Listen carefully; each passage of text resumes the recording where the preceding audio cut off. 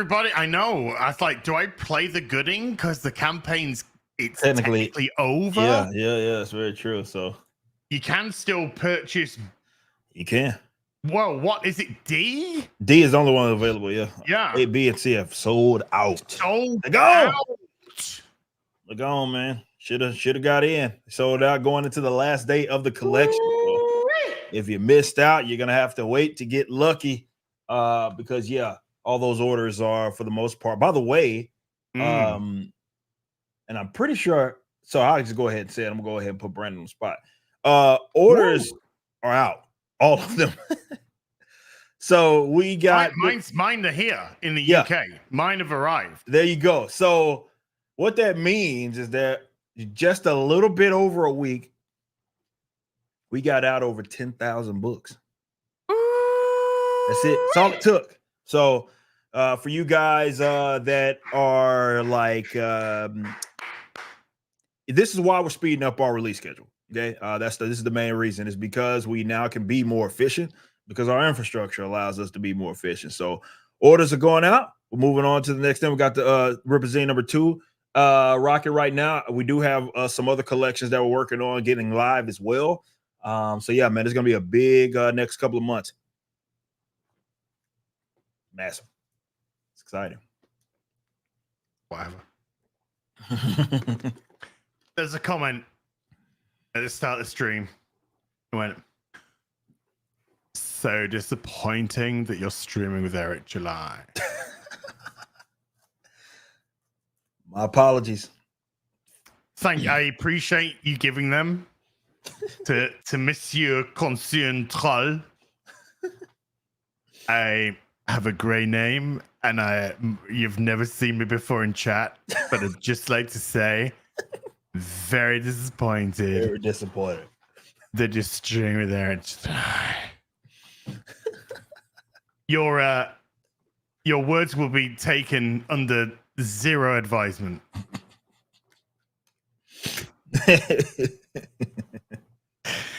Oh my goodness me! Everybody, welcome to Rip und the Silverback, as they say in Alemania. There's lots of languages there. There's a bit of French, a bit of German. Don't worry about it. I'm the Silverback. He's the Rip, of course. We're sitting. Maybe you're gonna have to make me stand up, chat, huh? Maybe you're gonna have to make me stand up. 20 subs. Woo! 20 gifted subs. There you go. There you go. Eric set the price. 20 gifted subs. The desk goes up. I stand for the rest of the stream, which, by the way, is about 90 minutes today. Just FYI. Yeah, yep. Before anyone says, "Hey, why is he's bailing out early?" But I did. Was it pretty much the whole of Real BBC yesterday? 3 hours stood up. It's impressive. Woo! That is impressive. But it just makes you want to do it. It makes you want to do it, you know. But that's the reason for doing it. The reason for getting this desk is to make me get my anus up. Nothing wrong with that. And my prostate feeling like going like, "Oh, thanks, bud."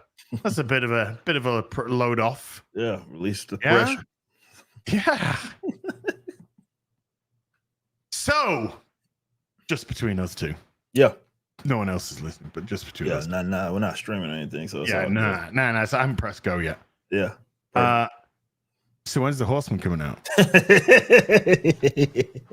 Oh man.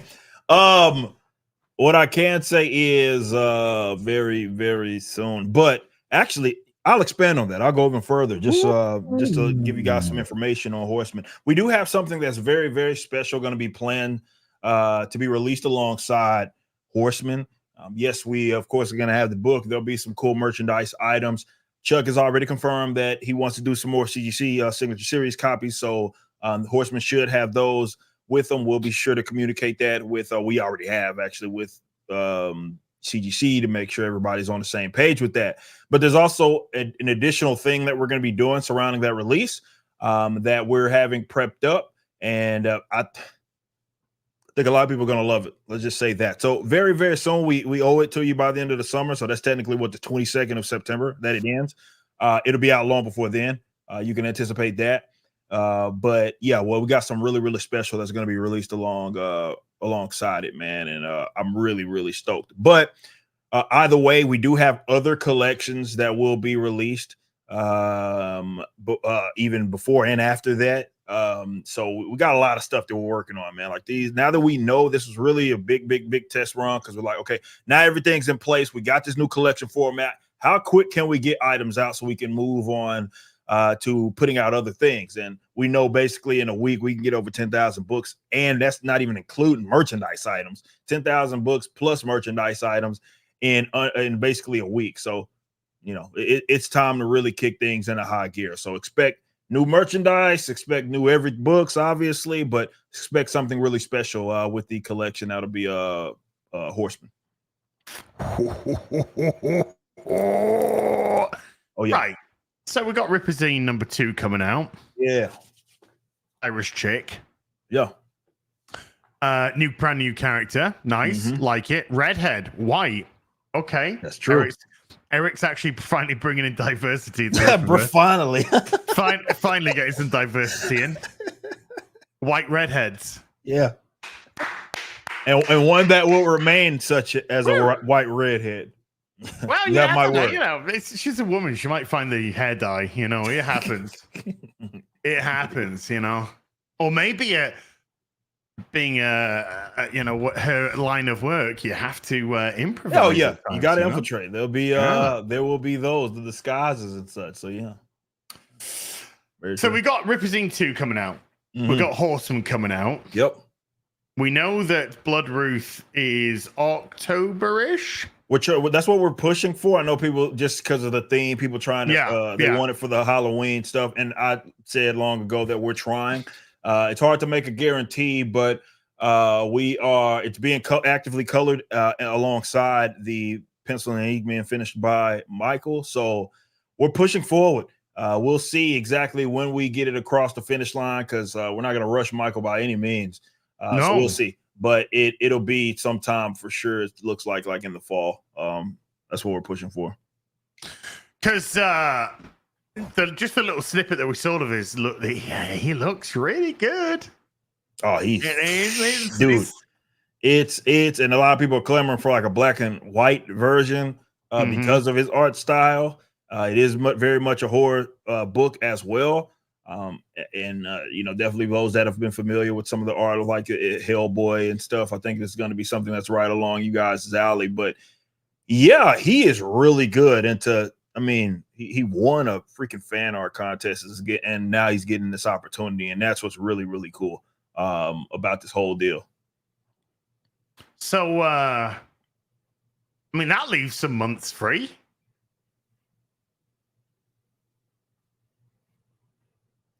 ISOM 3. Yeah. So ISOM 3 is, as I've said, it's done. I think I actually might have announced it on Ripping the Silverback as far as the pencils and ink being completed. So all that is done. So now we're moving to the coloring phase. We'll see. Obviously, you guys know that Gabe announced that because he has his own stuff that he's doing with Big Man, he won't be he doesn't have time. Simply doesn't have time to color. So we do already have another colorist, so they'll be starting on that soon. And obviously colors don't take nearly as long as pencils and inks, so so they'll be doing their thing. And yeah, man, as soon as it's done, we'll put it out. But we have all the covers are pretty much prepared for it. Everything else, of course, we got to do some cool merchandise as well, but for the most part, things are rocking and rolling with that. So will it get done by the end of the year? I like to, but we'll see. But there's also some other projects that are being worked on. Yaira 2 is actively being worked on. Jay Brown finished up he finished up Horseman, so he's moving to Yaira 2 now. So basically the colors will be right behind the pencils and ink, which is what you want. And yeah, so as soon as that's done, it'll go out as well. We have some unannounced Chuck Dixon projects that are being actively worked on that are well down the line. One just finished pencils on it. Inks are almost done, and colors have already started on it. So yeah, we're which one's rocking and that? rolling. Special release. Oh, okay. Very, very special release. And yeah, so we have there's some stuff that we have not announced that's coming down the pipeline that it is going to really hit once we announce that, hey, it's on the way. So it's going to be a big month. So expect August to be some special nuggets and stuff. Maybe some of those books get announced. We'll see, but there will be some cool little nuggets that we'll be putting out there this month. ISOM 3, man, you guys are gonna fucking love that book, man. I promise you. I put my foot in that damn book, man. Like, y'all are gonna love it. Well, that's the final part, the first arc. Exactly. So I think expect some conclusionary beats. Yeah. It's we bring a lot of we bring a lot of it home for sure. And man, I'm not gonna give it away, obviously, but man, there's some things that you guys are gonna love about it, man. Guys gonna thoroughly enjoy it. Nice. I hate to sour the show. Yeah. On such positivity. But we've been doing, clearly you've just been doing a lot of shout outs there, Yeah. Yeah. Last week, and I'm not saying it was your fault per se, but the show was on your channel last week. Do you know what there wasn't a shout out for last week? What's that? Elton John. Fuck. Did we damn. That might have been the first week that we did not give our proper respects for Elton John and the AIDS stigma. Tim Sheridan. Yeah. And damn. I thought it was something we needed to address early doors. Not let the frivolity, the fun, the joy of a stream and its content separate from the fact that we need to give Tim Sheridan money. We need to give DC the money so they can give Sheridan the royalties through his Green Lantern sucks dudes off at a truck stop book, so that Elton John can stop stigmatizing AIDS. Yeah. I cannot believe how many books have you bought yet? How many Green Lantern copies did you buy? None. Okay, well that puts us to a total of between thee and me. None. Yep. Chat? Anyone in chat? Did you did you get any Alan Scott had a cock fall into his mouth at a truck stop books? Anyone? Tough. It's a tough crowd today. No, man. We got a non-zero, negative, wonky eyebrow, Neil, minus 79. I bought exactly none. Oh, fuck. I give give me the money and I give it to the Rippaverse. I don't think that's how. Eric's got busier things to do than point and laugh at AIDS. I don't know. Goddamn Elton John. The power of none. Oof. That's rough. That one there. Yeah, that's the power of none. The power of none. The power of none. Toilet paper yet?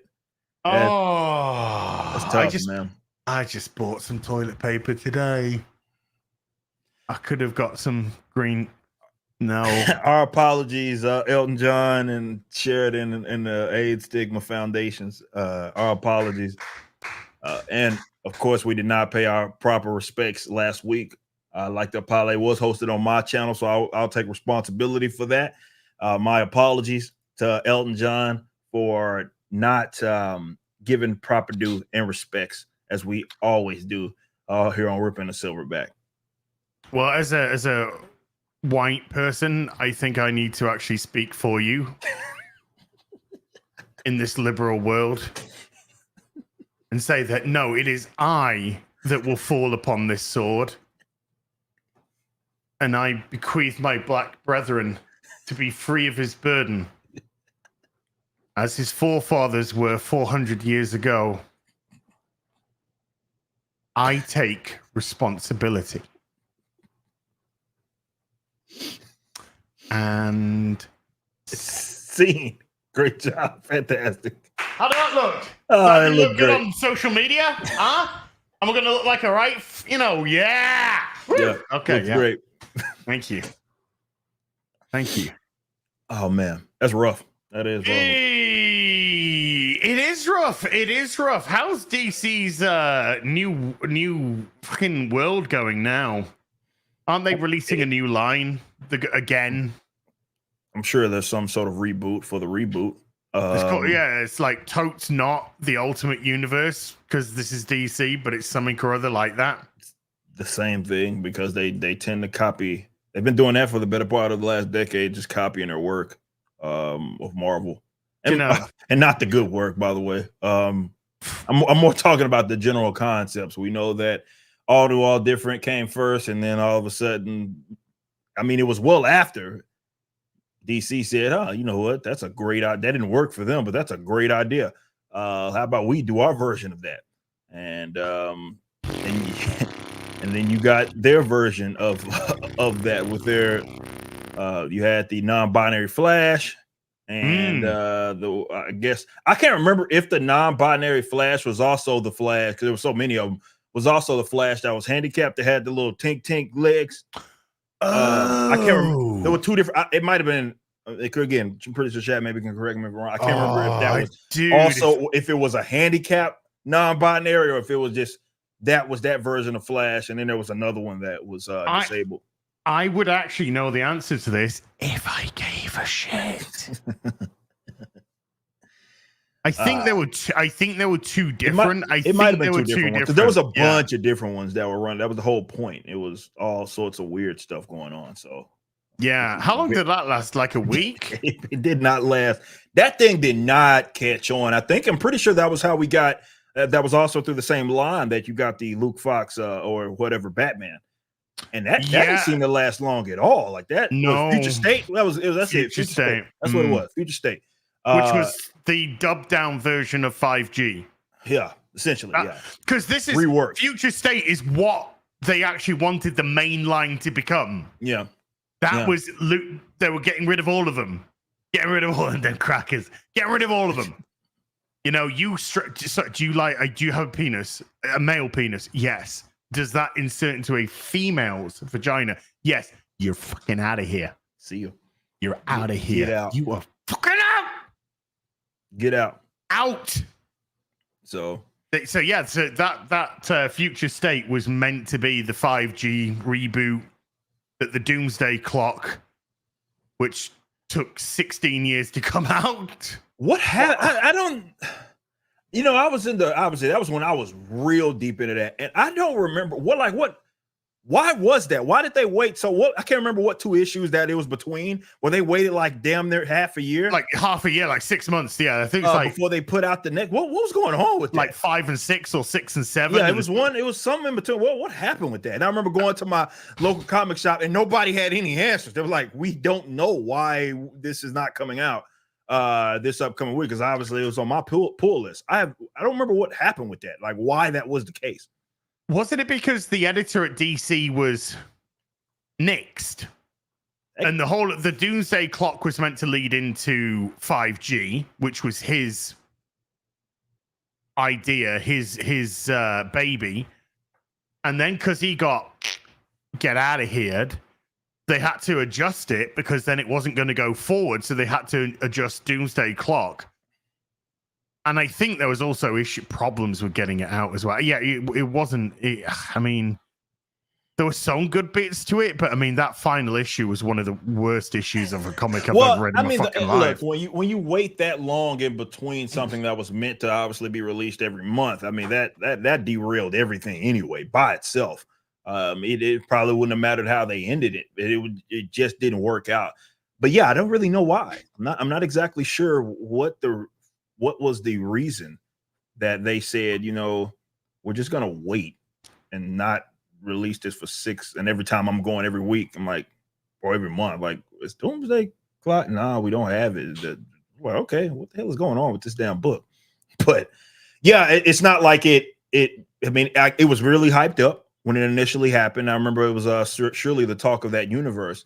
But yeah, it didn't seem that much amounted to it, and they moved into that. And obviously, right before I was getting out of there, that was the whole dark metal stuff that was happening with, you know. Then you had the with the monitors and the Perpetua. Now the monitors have a mother or whatever the fuck it was. It was a fucking mess. And now all these dark characters or Batman Who Laughs are crossing into this. Oh. It was a mess, man. And they went right into another event, which went right into another event. And yeah, I just think the whole event thing is, well, I think with both mainstream, this is a knock to them. It's a more or less what they did to themselves. It's like, in order to generate some enthusiasm, they probably feel like they are heavily relying upon it.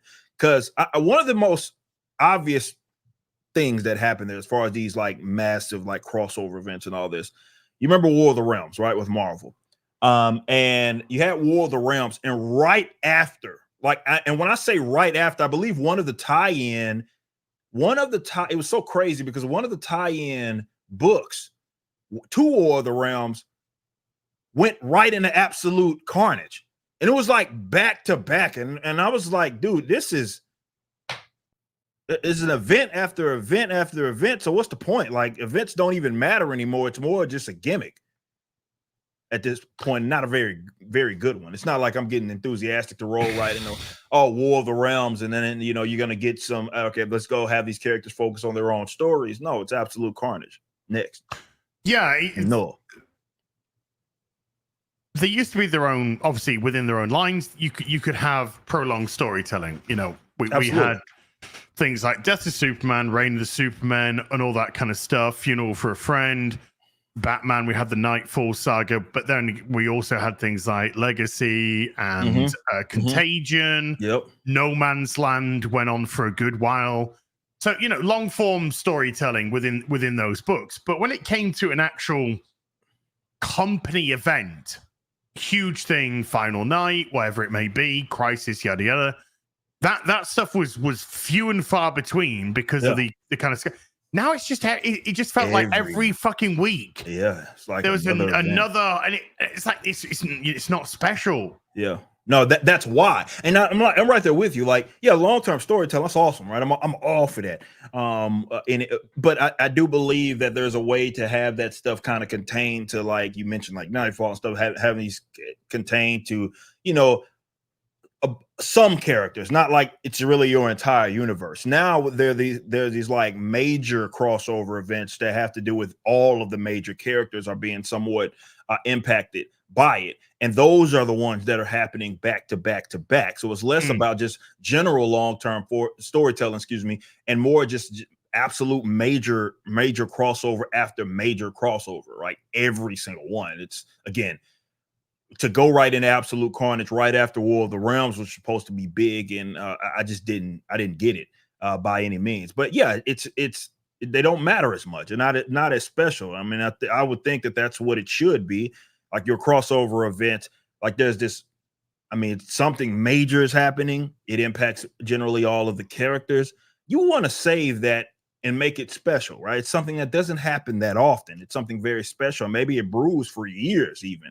But now it's like, yeah, give it a week. Here's the big threat, and it impacts everybody. So in this book, you're going to get all of the heroes, or there's going to be a 5,000 tie-in books. And yeah, they went crazy with the Crisis stuff. I mean, I feel like Crisis on Infinite Earths was fine, but then you got Infinite Crisis, Final Crisis, and all these other. Like, damn, how many crises can you? Another Final Crisis being this, but this one's finaler. The finaler crisis. Yeah. It's just so many, and it's too much, man. I'm just, as a general fan, that Marvel man. Gala. Yeah. Annual gala. Yeah. Fucking hell. Oh man, that's the what get Iceman in his heels. Yeah, man. High heels. Just everyone get them all in gay shit. Just do it. Yeah, get everybody into gay shit. Yeah, why not? That was the gala. It's not special. It does not feel, and to me, it's not appealing. It's more like, hey, I don't know if that's more of is the appeal now to the collectors. I'm not sure, or is it being written in a way that do they hope that it gets adopted in a TV forum or a like a movie or something? I don't know the point. Maybe is that where the only place you can make money? So you have to do these events to okay, so now we can do an animation on the event or something. I don't know. I don't really know the market approach, but just as an actual comic book reader, it just was not appealing at all, and it didn't make sense. It just nullified pretty much every event because I knew they were going to have another event right after it, and that threat was going to be nullified by the next. Did we get 20 subs? Oh, you did. Legalize adulthood. Shout out, gifted 20 subs. So now for the rest of the day, Az has to stand. Can we say show? Well, okay, show for the show. I'd like to go. Not the show. I'd like to go to bed at some point today. not the show. Not today. But for the rest of the show, 11:59 and 59 seconds and midnight. Oh, thank God. Oh. So now you're standing for the rest of the night. Big shout out to you for the 20 subs. Big shout out. Legalize adulthood. Can change back to the silverback now. Yeah. Got all the silver just like that. No problem. Not even a problem. Not an issue. Not an issue. It's a hashtag. Boosh. I stand with Az. If I had a stand-up desk, I'd do it too, but I don't. So I wouldn't think it could possibly in any way, shape, or form be about the collector's market, because I don't think that exists with mainstream modern comics. Okay. Where you buying a DC comic now or a Marvel comic now that is just like, oh, it's going to speculate on this because this is going to be worth something. They're overprinted, they're overdone. They're for sure. There's no value to them. Well, yeah, I mean, and it's, I don't know. I mean, I'm trying to think of the most recent one. I guess maybe if they introduce a new character, which they speed run to a live action presence, perhaps a first appearance, kind of like what they did with a Kamala Khan and whatnot. But they got to have some sort of popularity. Well, or do they? Kamala Khan ain't got any popularity. That's what I'm saying, though. Like, yeah, they have to, but I can see where a collector might find the first appearance of Kamala Harris Khan appealing or iron. Really? I'm really like seriously. I'm not trying to play contrarian. Like, but really though. I mean, yeah. I mean, perhaps there. I don't know what that market looks like. I'm not saying but you think they get some sort of uptick for the first, like it make come on $5. It'll go up $5 when the first appearance of Ironheart, which I have by the way, will go up $5 once the Ironheart show comes out. You don't think? Well, right? No, I don't. You don't? Okay. No. Okay. But you just look at the price difference between Batman 423 5 years ago and Batman 423 now. McFarlane cover. That McFarlane cover, Batman 423, has just soared in value. Now, whether or not that's cheeky little collector, auction site shenanigans. We know that kind of thing exists. But you could pick that up for a decent Nick copy 5-6 years ago. You can pick that up for about, let's say 45, 50 quid, pounds. About $75. Let's say $75. Now you look at you want to pick up a mint condition copy of that. You're looking at 400, 450. That's like, whoa, that's a big leap in leap in 5 years. So certain things have got legitimate value. You want to get a Neil Adams Batman cover, and there are some very special ones out. The first appearance of Ra's al Ghul, his homage to Bob Kane's Monk cover from Detective Comics 31, maybe around there. And they've got actual value. You look at McFarlane's Spider-Man, it's got value. But nowadays, you think when it wouldn't go up like that. It wouldn't go up like that. But no, yeah, but that's just it. That's my thing. That's what I'm actually talking about. Like, you know, Bane comes out. And Bane's like now a very well established major Batman villain created by Graham Nolan and Chuck Dixon, right? Yep. Ironheart, who the fuck gives a shit? No one gives a shit. No, they don't. These aren't investable characters. So how can it, when a character's not investable, how can their product be investable? Well, the way that I see it is perhaps, again, if I'm looking at it as objectively as I can, I don't think it would be for other collectors, right? It wouldn't be anything like that. It's not like what you were mentioning with McFarlane. But what I could see is that some gullible normie, like with Miles Morales' comics, like what I did, right?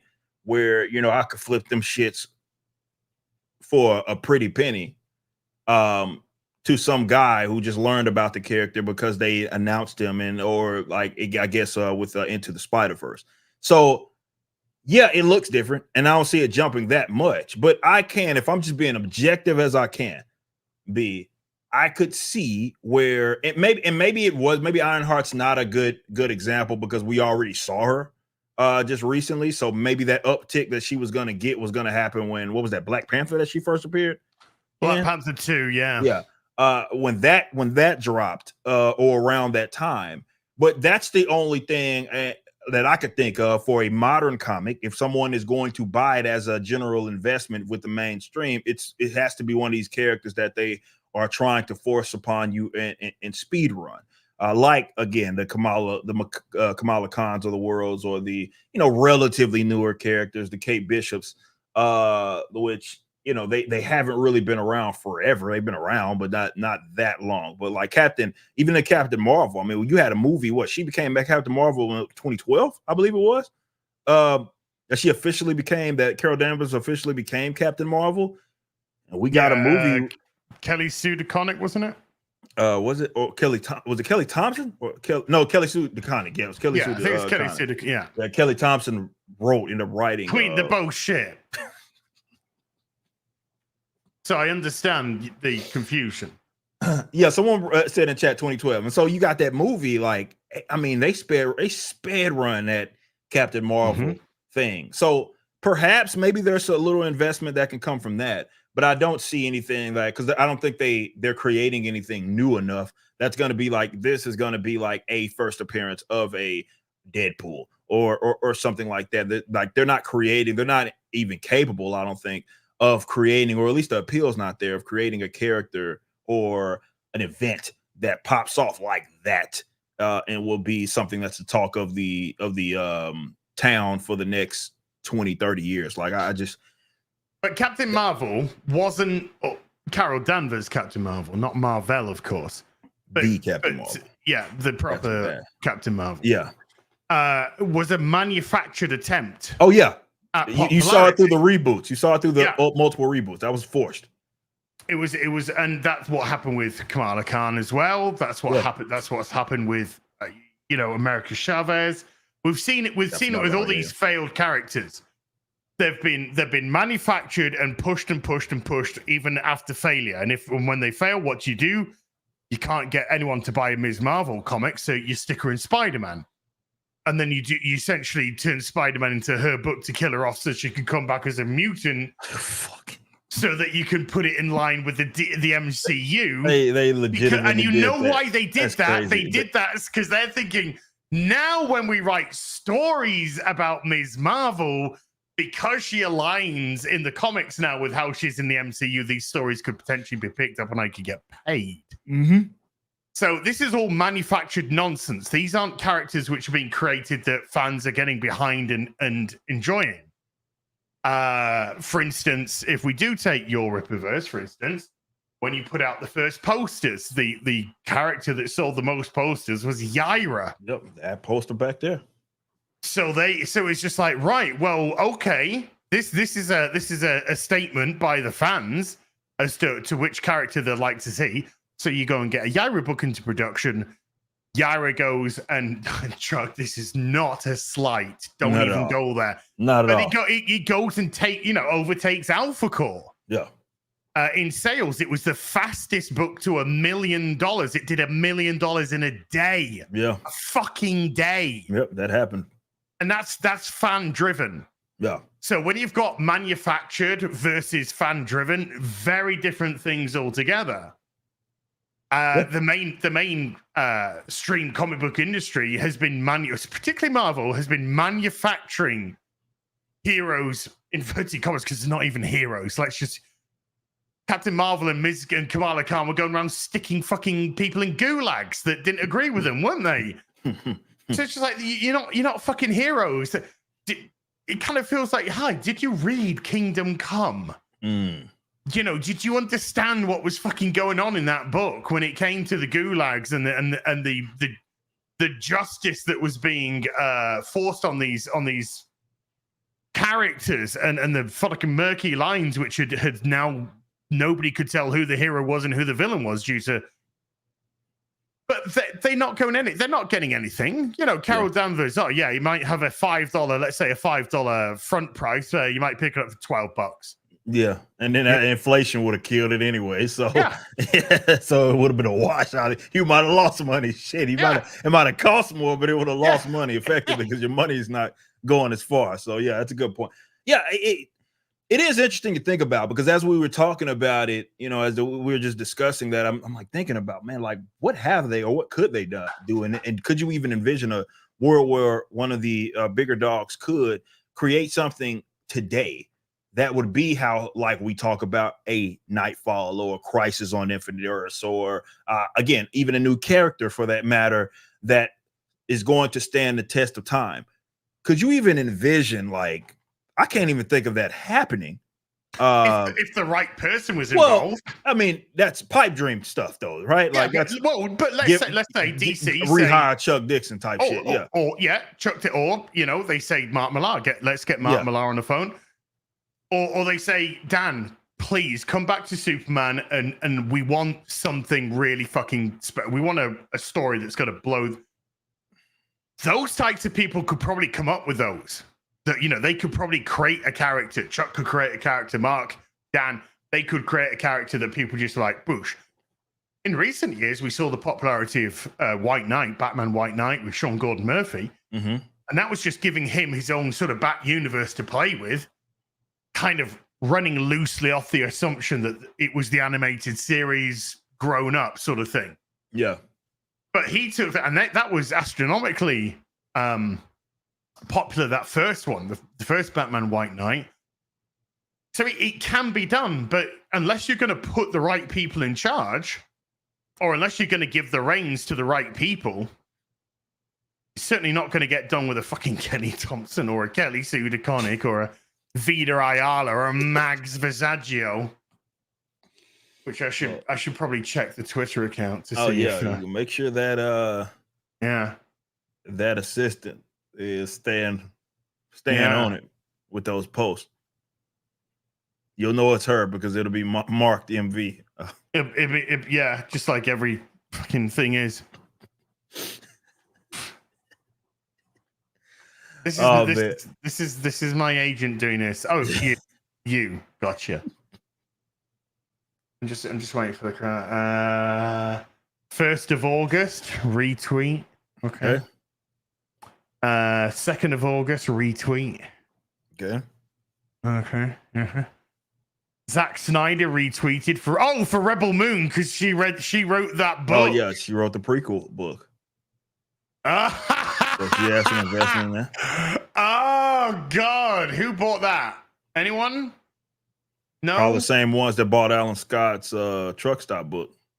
Oh, we got a couple of my new YA graphic novel, Girl Mode, is up on Net Gallery.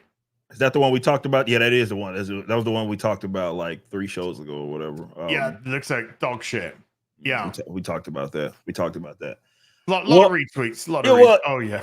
Going back to your point, none of those are going to be producing anything that's going to stand the test of time. I think a lot of there's going to be value in buying a comic because it's going to be a first appearance or something like that, or something that's very intriguing and it's going to feel organic and non-manufactured. That's going to come from the independents, which is sad, right? I mean, when you think about it, right? You think about no, it's not. It's not sad at all. Well, not from. It's not remotely sad. Fair. What? But seriously though, why? What right does the mainstream have? They don't. They don't. To be fair, they don't. It's more nostalgia than it is anything else. So yeah, you're completely correct on that.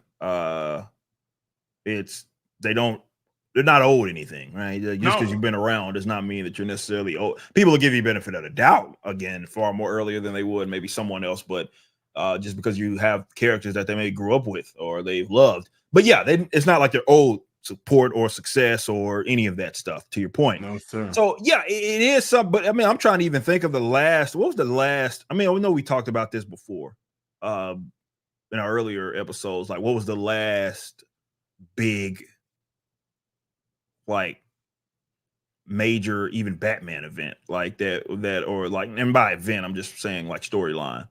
Essentially it's Court of Owls. Okay, which wasn't close to as good as Hush. No, because I'd say it would go, you'd have to go back to Hush. What was that? What was Hush? That was 2003, 2004. Yeah, I don't know, almost 05. Yeah, that sounds about right. That sounds about right. So I would say that, yeah, I'd say Court of Owls was probably the last big Batman story that had some impact. Okay, that could be referred to like in the next 20 years, that someone will be like, okay, that's not only that it's recognizable that it again, to your point, had impact. Yeah, they're not doing that anymore. Like, I mean, you can even think of the last 10 years. I can't think of jack shit. Not really. Nothing. I can think of maybe stuff that I've liked. Hell, I was okay with Tom King initially. Right, like I could say that First Dark's fine, yeah, like, but I'm not gonna. But even then, I wouldn't say that stuff like, yeah, man, that's really gonna be. We're gonna remember that one little short arc or something like that, or this new character got introduced and now they're gonna be badass. I can think of one. I can think of a lot of manufactured ones. I'd argue, and some people in the chat may argue with me about it, but I'd argue that one of the most manufactured ones, even if it has a little legs, I still feel that it's manufactured as Miles Morales. Like, I feel like that's just the fakest. And then to be fair, it's not even a new character. Is it? Like you could, even if I took my objectivity out of it, it's not technically a new character because it's a Spider-Man. But the thing is with Miles Morales is they could have done the right thing when they merged him into the universe. Is they could have been like, well, Peter's here. This Peter's alive. This Peter is Spider-Man. So that was the time for Miles to get his own identity. Yeah. But he doesn't, because they're too fucking scared of giving Miles his own identity, because they're worried if they do take Spider-Man away from his name, then he's going to be do you know what he's going to be? He's going to be, and this is the fucking funny thing, Miles fucking Morales. Morales, yeah. Yeah. And that's where that joke really kind of like hits home, because that's all he'll be. Yeah, it's not. Yeah, and I can't even count. If we're talking purely original, like mainstream, like of the big two, right? Purely original storylines and/or characters in the last 10 years, I can't. I'm legitimately trying. One that I could say that was impactful, or that character is gonna matter. That character is gonna stand the test of time and be one of the more prominent characters in that universe or to that company. I cannot think of it. In the last 10 years, I'm trying. 10 years? No, because New 52 was 2012, wasn't it? Yeah, around there. So 2011. Nah, Death of the Family. Nah, not even close. Nobody's talking about Death in the Family. People are still talking more about death in the family instead of Death of the Family. It didn't have any impact. Snyder was losing his fucking touch big time then as well.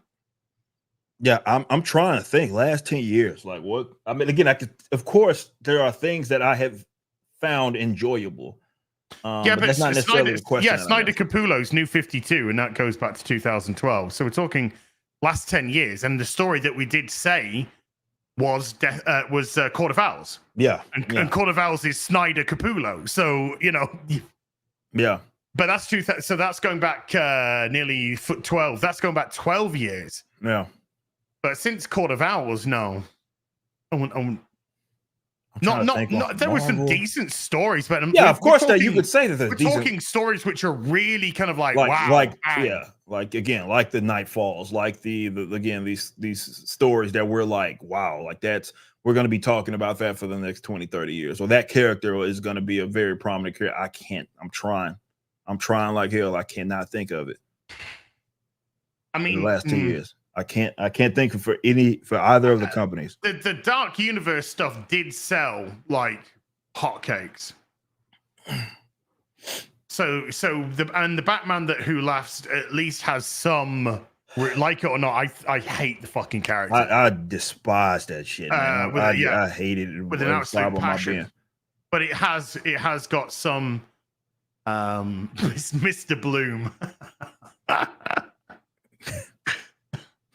Oh my god, I was ready to throw my comics in the bin then. Mr. fucking Bloom. Oh, it's a flower. A flower and James Gordon's Batman. Oh god. But I wouldn't say that the Dark Universe has done anything other than give DC an excuse to just go back to it over and over and over and fucking already run it into the ground. But even it doesn't, I mean, unless I'm just totally out of touch, I don't get the feeling, even if it did sell okay, I still don't get the feeling that it was impactful. I mean, maybe I'm wrong on that, but I'm only saying impactful in as much as a character came out of it, which is being used, which is the Batman who laughs. But you know, Capullo's artwork is fucking sublime. It's gonna be the best in the world. I mean, there's no way around that. So when you've got Capullo putting pen to paper, you're always going to get something fucking delicious. Yeah, no doubt about that. But Snyder's storytelling to me was way off fucking base by then. To me it was just incomprehensible nonsense. He just kind of felt like he wanted to be Grant Morrison, but was actually too normal to be Grant Morrison. Well, yeah. I mean, I guess I can think of characters that gained in popularity during that time, like Harley Quinn, but again, she was already around for an eternity by then, 30 years. She's fucking, she's just been used. She's shit. Well, overused, obviously, that there's no secret about that, but at least I could say that, okay, there was a cultural phenomena 100% around Harley Quinn. But again, it's not that's not a new character. That maybe happened within the last 10 years, but that's still not a new character. That's that character has been around for a while. Right? Yeah, Harley Quinn's popularity was the animated series. She was a great character in that. Yeah. People loved her. They put her into the main universe in No Man's Land. And she stayed popular for a little bit. And then they just decided that, oh, no, she's going to be a completely different character now to what she should be. And this isn't Harley Quinn anymore. This is just some annoying... See you next Tuesday. Yeah. But that's kind of crazy to think about, though. There's nothing there. And I mean, you don't see, especially now, I mean, maybe they could have, they had the potential in the late, like maybe 2010s, but now I for sure cannot envision them coming out with something where not that it just artificially has a headline, but comes out with something. And then people are like, yeah, this new character is going to be the next big thing. I don't know if they even have the proper utilities or facilities to make that happen. Because if you're trying to make a character be that, it's never going to be that. That's true. It has to happen organically. That's perfectly said. It has to happen organically through the story that you want to tell. So you want to break Batman's back. So we need to have a mastermind, somebody who can match the wits of Bruce Wayne, Batman, and wear him down and be strong enough that when he's worn down to just toss him around like a fucking rag. So we'll make this character, we'll make Bane So Bane is conceived based off that idea. It wasn't, well, look, we need a new next big thing, character. Right. No, yeah, that's a good point. Bane was facilitating the story. That's what he was doing. Same with Doomsday. We need to kill Superman. That was the big thing. We need to kill Superman. Superman needs to die. So we need a villain. We need somebody that's going to be capable of killing Superman, an unstoppable force. He goes through everything, everyone, the Justice League, and then he gets to Superman, and even then he goes through him. So Doomsday's born.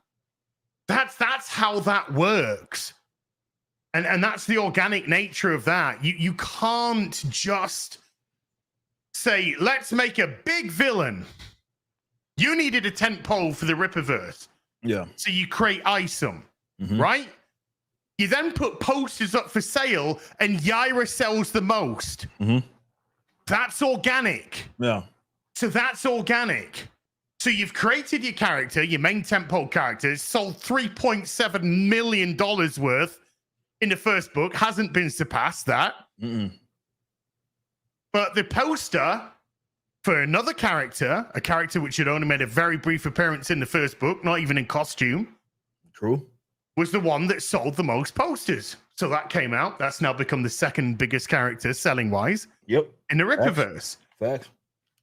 So that's organic. Alpha Core still $1.3 million. Alpha Core team. Braxwell, Ingrid, Brian. That's organic. 1.3 million. Chuck Dixon wrote the fucking shit off that book. That fucking book is amazing, man. It's brilliant. It's fucking brilliant book. Yeah. So that is organic. That is organic because if the Rippaverse, let's say, was a flash in the pan, then those books wouldn't be selling that much. Facts. Would not be selling that much. Nope. So there has to be something which keeps people coming back, and it's the organic nature of the characters. So that's fan growth. That's organic sales. That's a company going, right, what's selling? What are people looking at? What they're saying that they like? Let's lean into it. Stay true to the core. We still got Ice, and we've got Ice in Part 3 coming out. But now we've got Alpha Core Part 2. We've got Yara Part 2 coming out. Now we're doing a one-shot with Gooding. 3 covers sell out during the fucking campaign. Yeah. Because cover Ds are always going to be there. They're always going to be printed, but the other's gone. I think that's the first book to sell out. Yeah, that's the first book that all of those just went like that. Yeah, for sure. Where there's just nothing. You gotta let the organic nature in your characters drive. It's like wrestling. A good booker will see who the crowd are getting behind, and they'll be like, we need to put behind that. Now, obviously, you're gonna have your main stalwart wrestlers that are gonna do well, but there's gonna be that wrestler that comes along that you think he's just a guy. And the crowd like, that's not a guy. That's our guy. That's our guy there. LA Knight type shit. Well, I mean, you go back further than that. Stone Cold fucking Steve Austin. Yeah. Because it was King of the Ring that made Stone Cold. It was that speech after King of the Ring. Austin 316. That was the start. You thump your Bible. Yeah. Yeah. But that was a great organic promo based off another wrestler's character and how they acted. Yeah. Austin 316 said, I just whooped your ass. Yeah. And that's how a star was fucking born. Yeah. The biggest selling t-shirt of WWE of all time is Austin 316. Yeah. Yeah. Yeah, it has to be organic, 1,000%. And you can tell when it is and versus it's manufactured. It doesn't take a rocket scientist to figure that out. You can really tell when something is not real, like Captain Marvel. I mean, it was so obvious. And I think that was one of those things. And you bring up a perfect point. The way that you brought up Bane and Batman, where it's like you can't go into it trying to create the next big character. If you do, and I think a lot of people we saw a lot of that, and we still see people trying to.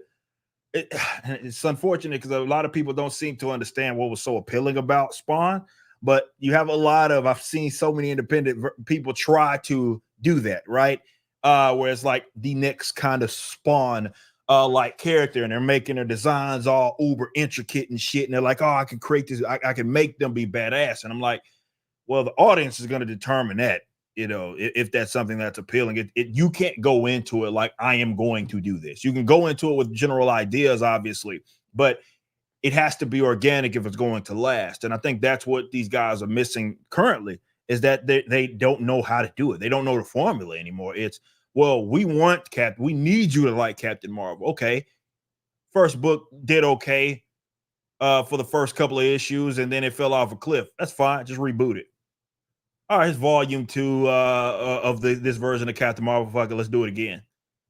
All right, let's give them another limited series that maybe wasn't supposed to be that.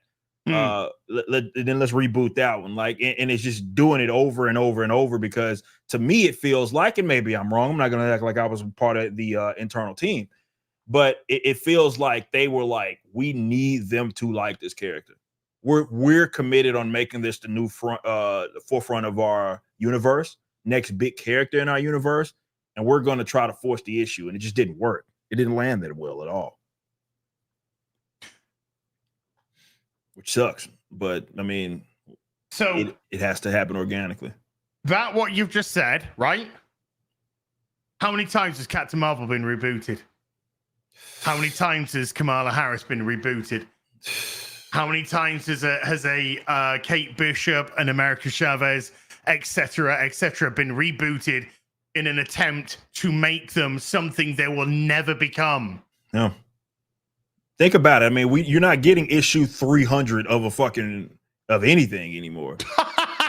Like, no, well, you are, but it's going to be a Batman, yeah, or true, it's going to be an X-Men, or a Spider-Man, yeah.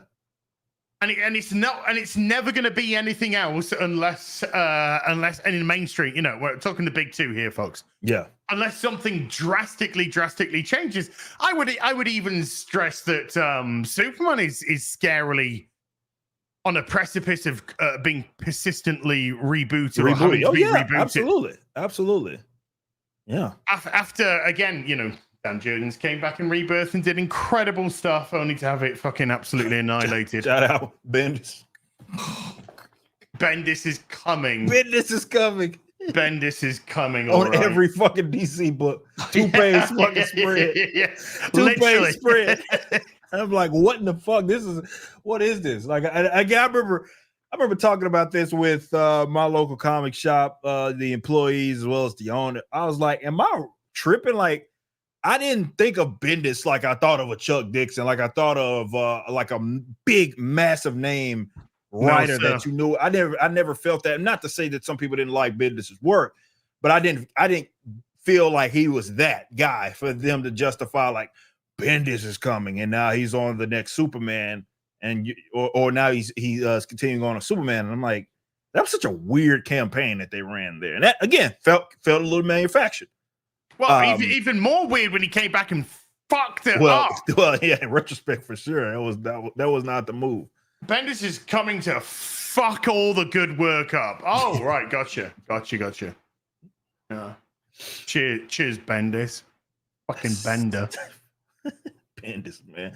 But yeah, it's kind of crazy to think about that, and I think that kind of, if you want to know the beat of the industry, I think kind of look at it through that lens. I mean, independence, I think that's far more realistic for you to get that feeling where it's something that does become even if it contains a natural, organic phenomena, where it's not forced or anything like that. Mainstream, though, I just can't see it.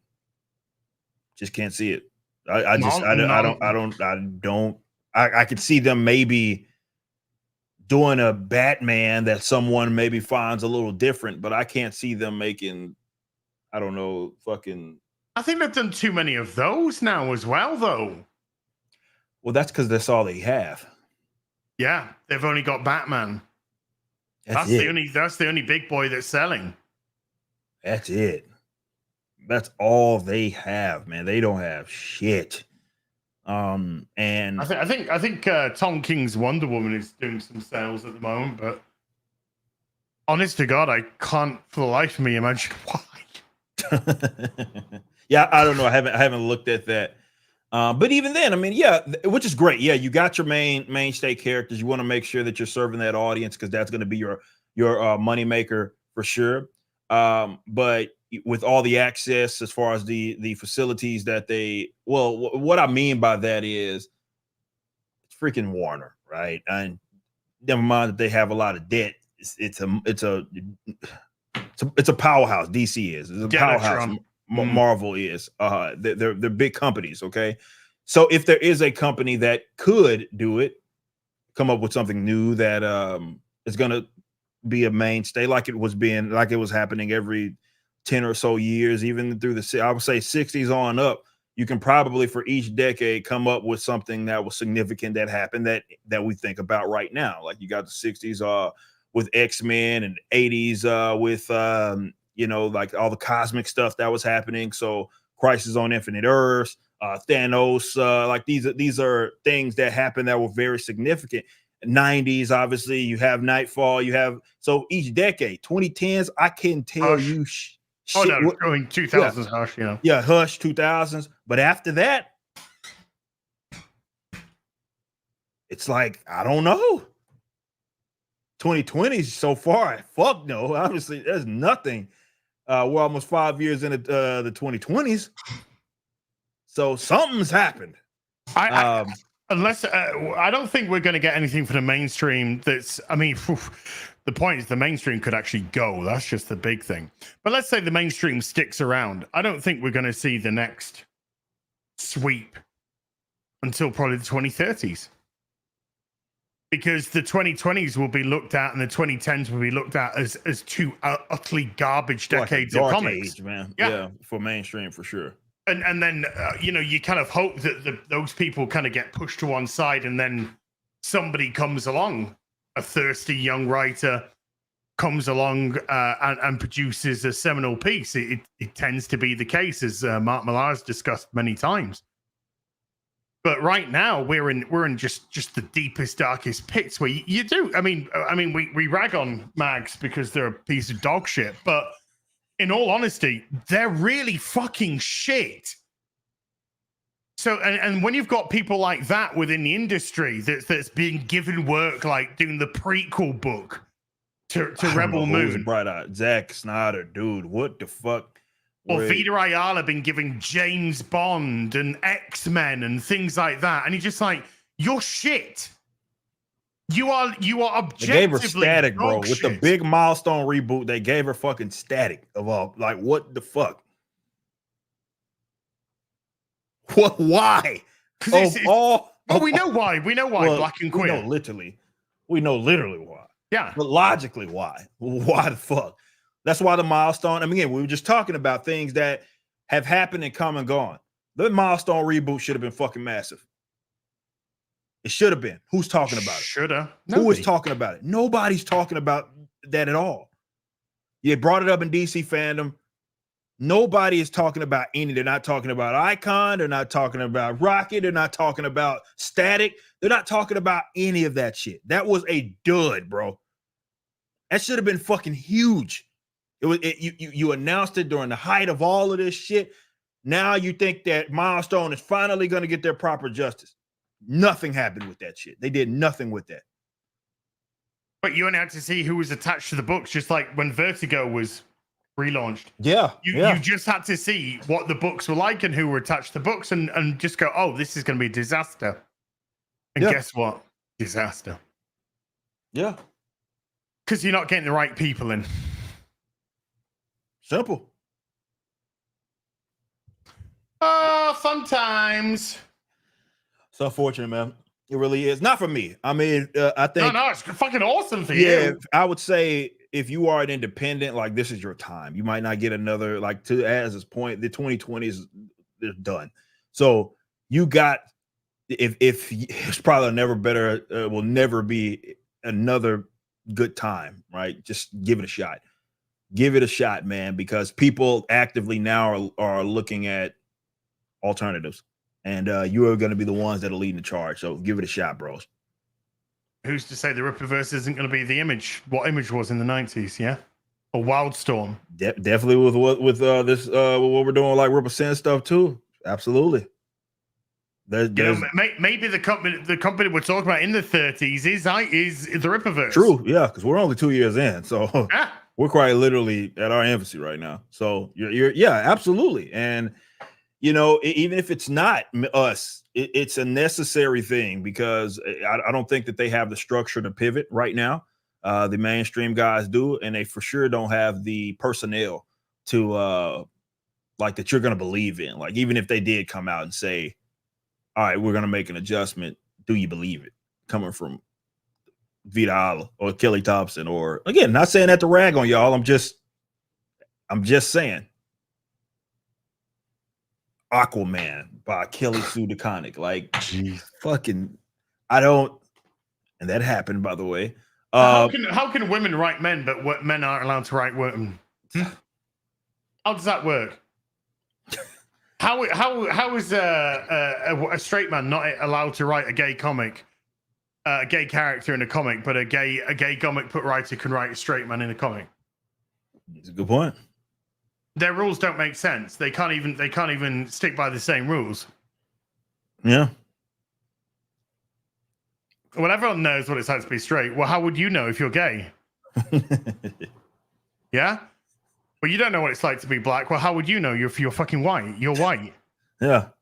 But this is what we've got. We've got this just hypocrisy of well, it's just ever changing fucking rules of engagement. Yeah. Yeah. So, constantly. Yeah. So who knows? And look, a lot of the rules are self-imposed, right? I mean, definitely how corporate both of those companies are, or their parent companies are, especially Marvel, Disney.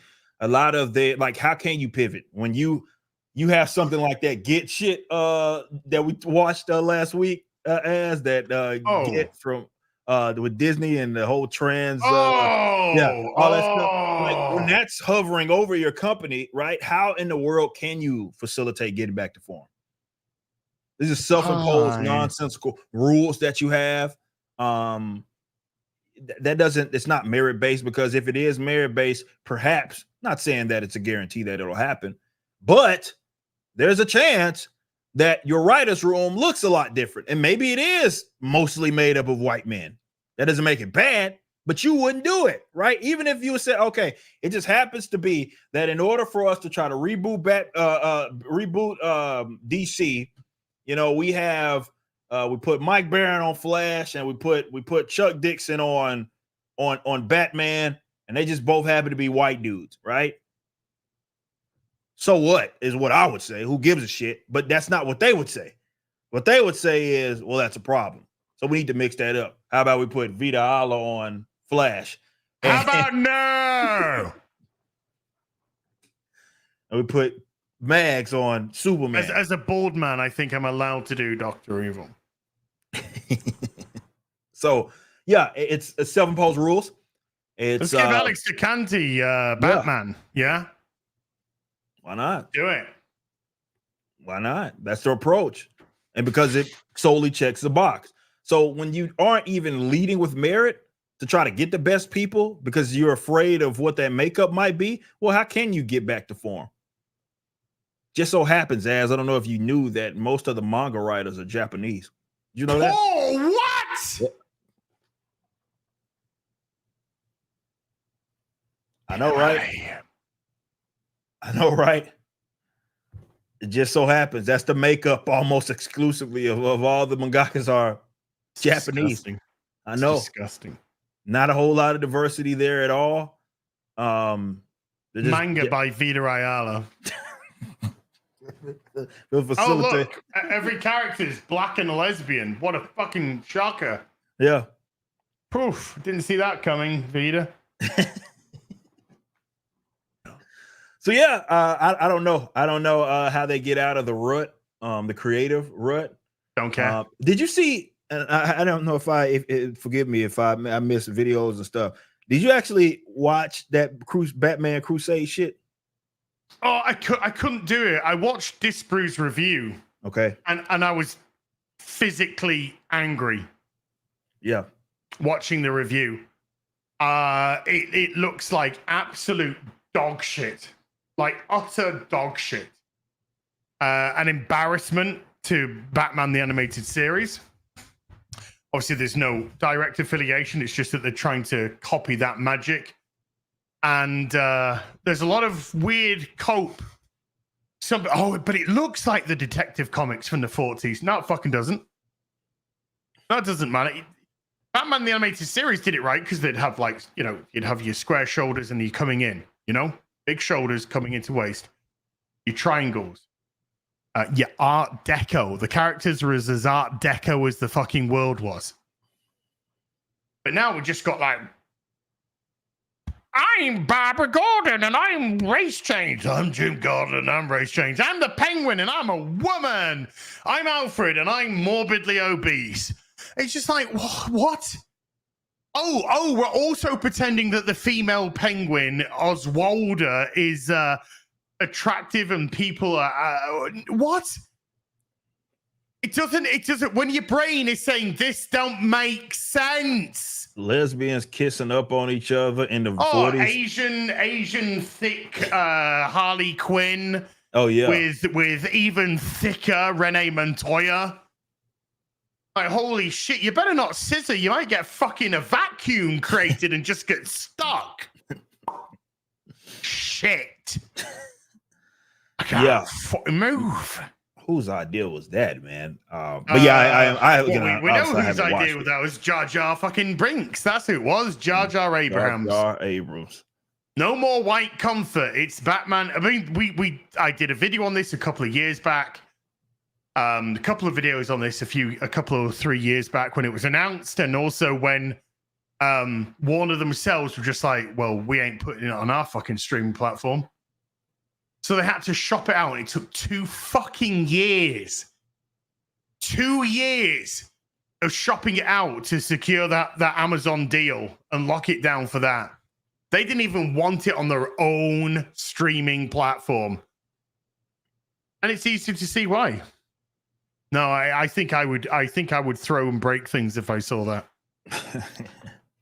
Yeah, that was an interesting approach. Yeah, I mean, more power to him.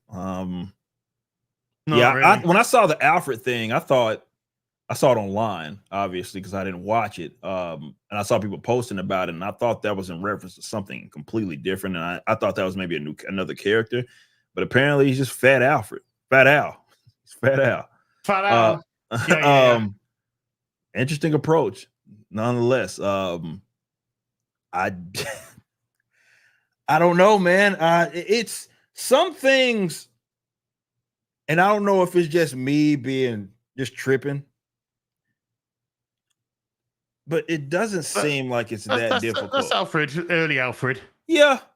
He's not douche. Obviously, and then he's not lean. Box. Yeah, he's not a box. Yeah. But he's not this fucking ridiculous thing which they put on the well, we know Oswald. And then well, you have that could be an excuse anyway. Like you can't like you be talking out of both sides of your mouth. It's like, I want 40s accuracy here, but then you got Montoya and all of these fat lesbians kissing up on it. And none of that shit happened in the 40s. So you can't have both. But no, it's actually only like a version of the 40s, but actually it's like current day. Current day 40s is what it is. Aesthetic, that's the term they love to use. It's just and Oswald Cobblepot's bigger than fucking Batman, taller and bigger than Batman, and he couldn't even beat her at the end of the episode. So it was so it's not like a short. No, it's not like a small. So it's like a complete like opposite kind of thing, right? Women, it should have just made her skinny, but they should have made it a trans skinny. No, tall. They made her fat and ugly, but to compensate for being fat and ugly, they made everyone just look like they were attracted to her. That's why your brain just goes, this don't make no fucking sense. How does Jar Jar keep getting work? Well, I mean, this was 2-3 years ago that this got pushed. Yeah. So this was one of those deals that was already done.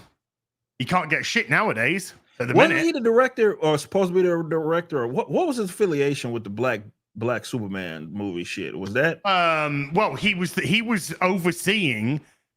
given $500 million to oversee and create new DC projects. And he went and kissed up on Ta-Nehisi Coates, a person who despises America, despises heroicism. Won the Harriet Beecher Stowe Award for social justice. The guy that relished firemen and policemen running into the Twin Towers and dying, relished it and cheered it. Piece of shit. The guy that inadvertently created Hail Lobster because he was given Captain America and gave us the lovely intergalactic Wakanda. Yeah, fucking idiot, man. Ta-Nehisi Worst Coates. fucking Black Panther ever. Where's that Superman? Hey, where's that Superman? I think I said at the time. I think I said when it's announced. This is never ever getting made. And I think that was. Well, I'd love to say that was call of the century, but it's the most obvious fucking thing that would never ever come to light. And where's anything by Jar Jar for DC? Nothing. $500 million contract. Nothing. I hope he's getting paid based off what he produces. Because they didn't just give it to him up front and in advance. Because boy, they lost. They fucking lost some bread on that. If they did, fuck. That's tough, man. Keeps getting work though. Again, not my problem, but keeps getting work, which is impressive. So shout out Jar Jar, shout out Elton John, and shout out Tim Sheridan, Oswald Cobblepot. Yes, sir. Fucking hell, what is going on with these damn right? comments, man? We're up against the clock today, chat, so we're gonna have to smash some supery duperies. Yeah. You guys have been doing the do. Joker's disciple with the $10 says, "As careful with the madness happening your side of the pond." Yeah, I'm okay. I'm living in middle of fucking nowhere. I'm in the countryside, mate. So I'm okay. That's the best way to do it. I fucking hate concrete jungles. I hate them. Yeah, not a fan either, man. No. Also, Eric, there's some nuts dude with 2 first names saying you are I Show Speed's father. That was he's talking about Jay. Jug 3 because I jumped in on Tuesday night's main event yesterday. Obviously I came in late because they started the show early now, and he said something like I could be like I Show Speed's father or something. Sure. Yes, of course, Drug said that. I was like, am I even old enough to be that? And I guess technically I could be. I would have just had to conceive him, or I would have had to impregnate a woman at 14. And well, you are black. Yeah, true. So same thing. So yeah, same thing. Draft Web with a $2 says, for fuck's sake, hashtag cancel Disney Plus. I have. Although my WWE network got renewed, and I was going to watch SummerSlam, and I logged on to the WWE network to watch SummerSlam, and it's just like, subscribe. I was like, wait a minute, I am subscribed. So GJJ's been a member for 29 months. Thank you, GJJ. Offer Nave with a $2 says, does Bloodruth get stronger / weaker once a month? Because blood and women. Blood and women. Blood moon. Fuck it, I cannot confirm or deny. Ooh, maybe. Jet Spitzer with a 5 month says, I sit with Az. Well, I'm standing. Yeah. I've been standing for a little bit now. Stone Cold's beer cooler with a 10 month says, Hail Az and Black Toriyama. Eric, good.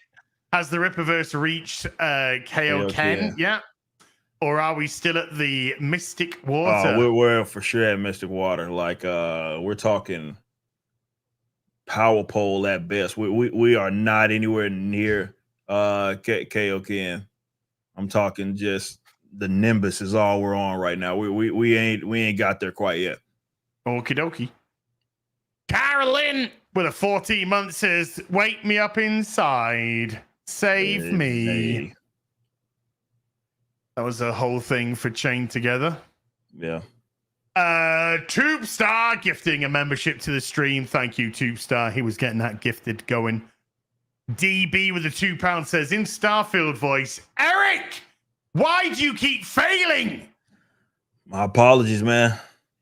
Nice cosplay there. Just make sure that Max gets nowhere nowhere near you, bro, because she has plans for you, man. She'll cut your dick off. She's got plans for you, man. Shout out DB. Appreciate that, man. He's got HTK bass player has been a for 9 months. Thank you. That. Kalioth has been a member for 7 months. Thank you, Kalioth. Avery Parker with a 2 month says, "Grats on almost finishing 100 days of accountability as well done on speed shipping gooding, Mr. July. Take advantage of summer to get in shape. Chat, be great." I tend to do my better work in wintertime, I'll be honest. Shout out Avery. I'm looking forward to autumn coming, winter coming. I'm just gonna be living in that fucking place. Josh Kelsey dropping a 20 and moving on. Thank you, Josh.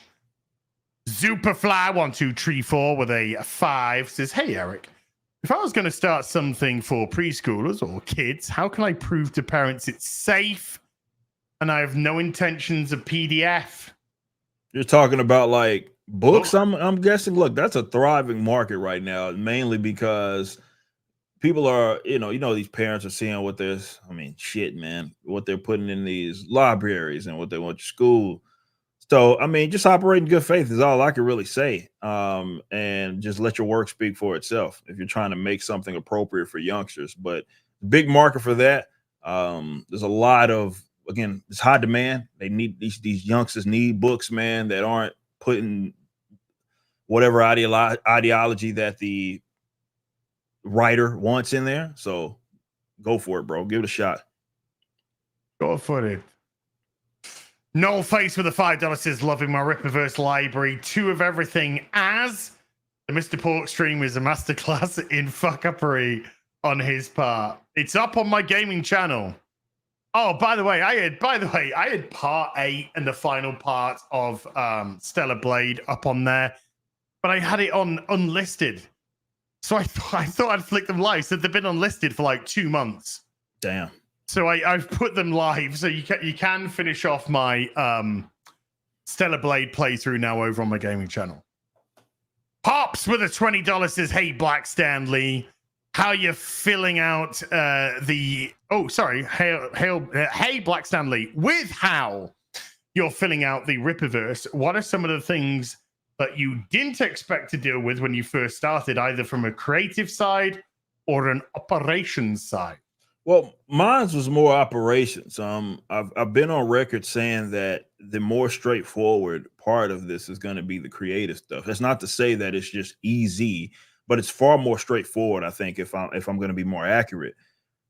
The part that becomes most difficult is the operation. So scaling up is not an easy thing. It's like the old saying is more money, more problems. And that's really true. Like you saw what happened with us, where I never went into it like I did not have the infrastructure of a multi-million-dollar company. So I had to then catch up to that demand. And it took a while, man. It took a long time to get there. So there was a lot of challenges that I wasn't anticipating having like that. And you don't know what you don't know. And there wasn't, because I'm doing kind of my own thing here. It wasn't like I had a bunch of people to. There were people that I reached out to, for sure. But it's like what we were doing is so tailor made for the Rippaverse that there's not a whole lot of examples of it. So I had to we had to take our lumps. So with operations, it's hard to speak to one specific thing. So it's being as vague as I am, I'd more so speak to the expansion, the scaling up. That was something that came with a lot of challenges. And we only are now where we're like, okay, we feel good. Got a bunch of books out within a week. And, we feel great about it. Did you expect the amount of baguettery from so-called professionals? No. Look, I've dealt with envy. I've dealt with jealousy. I've dealt with all of that. Like with music, it was a very similar thing. But yeah, I didn't expect, and it because music definitely trends younger as far as the performers are concerned. Like definitely in my industry where I floated around like the metalcore scene, so everybody was around my age, you know, in our 20s doing our thing. So you expected to and anticipate it to be a little catty, but yeah, man, having something like comics, which you think would be a little more mature, definitely because it's older, it tends to trend older, but it's even more cattier than what metalcore is. It's catty, it's gay, and no, I didn't anticipate that to get a lot of backgattery there. A whole lot of that. Yep, Whole lot of that. JR Cardenas with a $5 says, "Hail as and Ripper. Any advice on obtaining a comic artist? I've been struggling to locate one. Thank you, Az, for the motivation. Keep it up. You too, well, buddy." I would say go to ripperverse.com and go to our old fan art pages, and you can probably find some guys that have participated in our fan art contest, and we always give them the credit there. That's why, because maybe you can stumble across their work or find their work or search their work and maybe commission them to do something. But there's a lot of hungry artists that are out there, so I'd start there. Maybe you find some art that's along your lines and reach out to them. Gingert Muka with a membership for 16 says, "So I saw the new Lord of the Rings show promo pictures, and it somehow reminded me of last year's Gollum game experience. I laughed so much watching the VODs again." Well, if you watched yesterday's Real BBC, you saw our opinions on that. The show's going to be as big a disaster as the first season, if not more, because less people will be watching. DeBeast 808 with a $20. DeBeast, thank you. Says, "Aloha, brothers. Y'all both been killing it. Ripperverse is blowing up. And as is truly blessings around for all of us. $10 for the Hoos. 5 each for Lady Bell and Mama Az." Yes, sir. I'll make that happen. Hashtag, this is how we win. Hell yeah. Hell yeah. Pops with a $20 says, "Hey, Black Walt Disney, do you think you'll face challenges with your time creatively or management as you venture into publishing for others, animation, live action, toys, and not just an awesome graphic novel publisher?" Oh, for sure. There's going to be challenges. I mean, this is why I now only really stream. I have 2 dedicated streams, and that's for Canon's sake for an hour, and it's this, right? For that, to try to dedicate more time to that stuff. But as with anything, you know, you grow, you're going to have to pick your spots, and you need to have people in positions of power that you trust.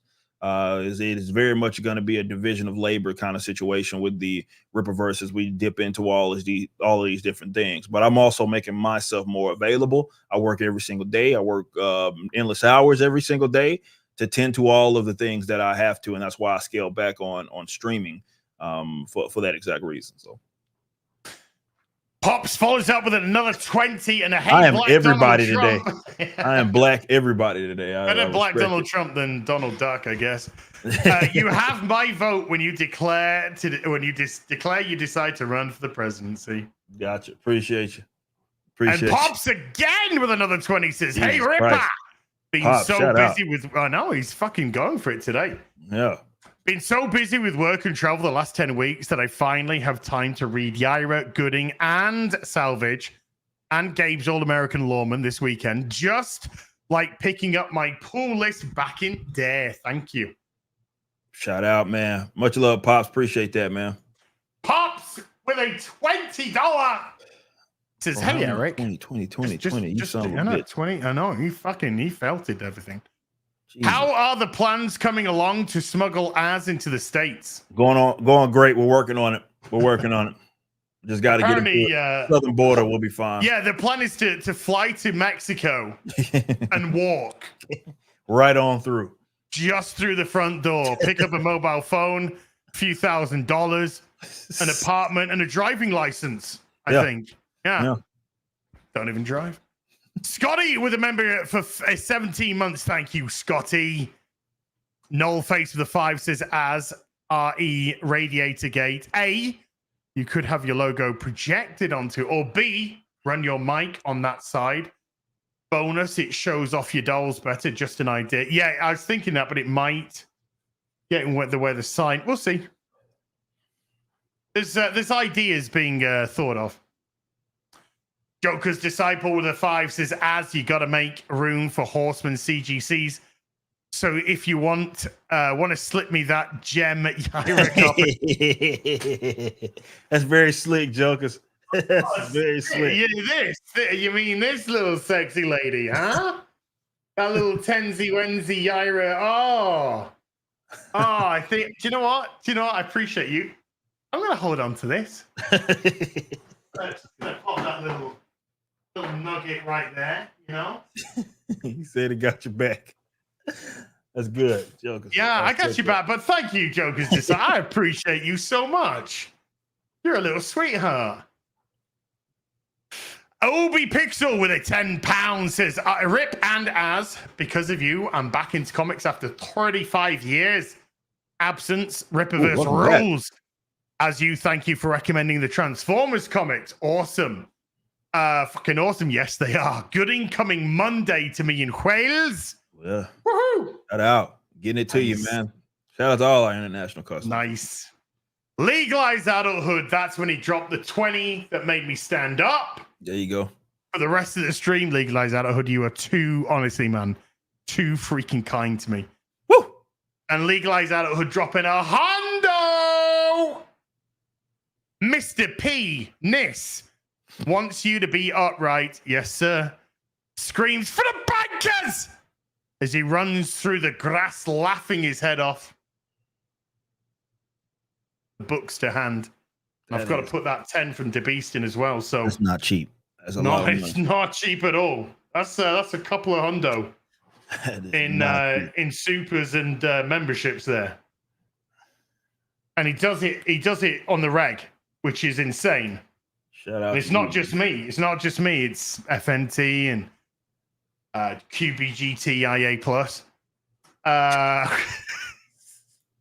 Andy Masterson for the $2 says, Eric, I can't wait to work on that item. Oh yeah, man. We'll be in contact soon enough, man. Shout out Andy. I need to put my action figure that he got for me, or that figure up there. Yeah. My wife got that silly Mario fucking plant like the other day. It lights up and everything. She came in with the cheese in ear to ear. That ain't silly. Wait, can you take that silly back, please? That ain't silly. That's fucking great. Sandy Q gifting 5 memberships. Thank you, Sandy, you little sweetheart. Librarian sweetheart. And Legalized Adulthood has also been a member for 41. Says increasing value from speculation versus increasing value from appreciation by the fans. Exactly. Good way to put that. Exactly. Shindu Versus with a $5 says, I found the Rebel Moon book in my local Ollie's general store. I took it because I needed kindling. Oh. Hail Ripman Silverback 20th super chat. Thank you. Shout out. Boobies. Sheep with a 9 month says Nightwing died from breaking his neck after Damian knocked him over. Then Damian took the name in his honor.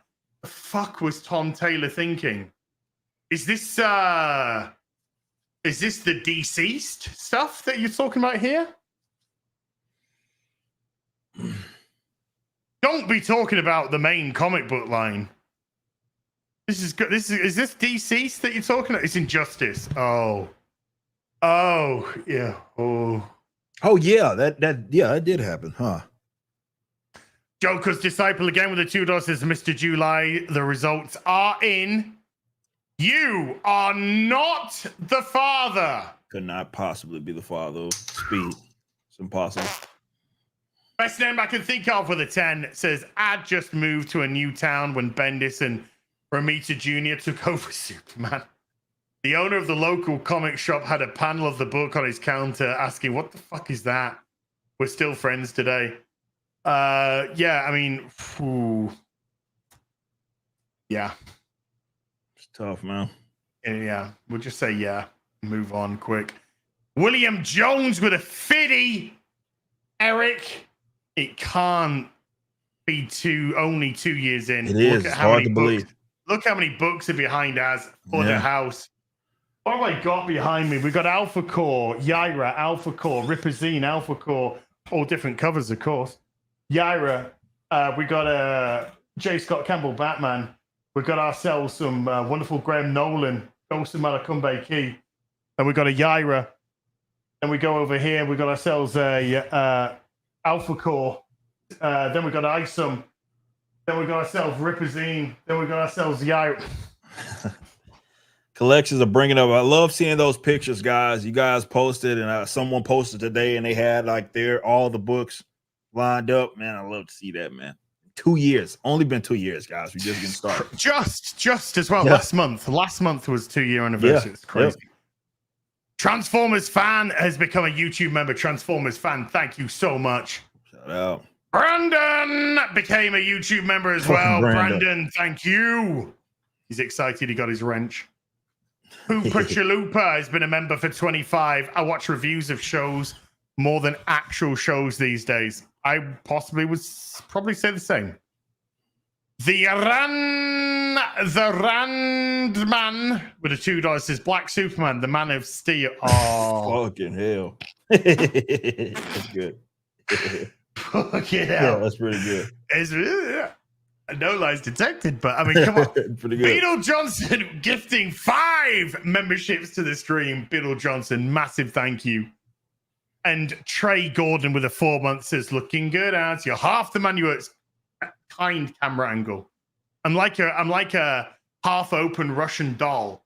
You know, they've taken the top bit off, but the bottom half's still there. And no. Anyway, looking good as half the man you were. Can't wait to read more Rippaverse comics. Thank you, Trey. Eric, before we go to what have you got going on? I'm going to be working for the rest of the week, but you guys should go get issue number 2 of the Ripazine. You can go grab that. It's in pre-order. It's been on pre-order for about a week. Go grab that. Already. So it's on paced out sale. The first one by a long shot, actually, in half the time, which is kind of crazy. So thanks to you all for showing love and support on that. But yeah, go grab the Ripazine, learn about Sisha. You're going to love her. But yeah, that's all I'll be doing. Maybe pop in for a stream this upcoming weekend, perhaps. But for the most part, I will be just writing, editing, working, doing the same old stuff. Are we back next week or not?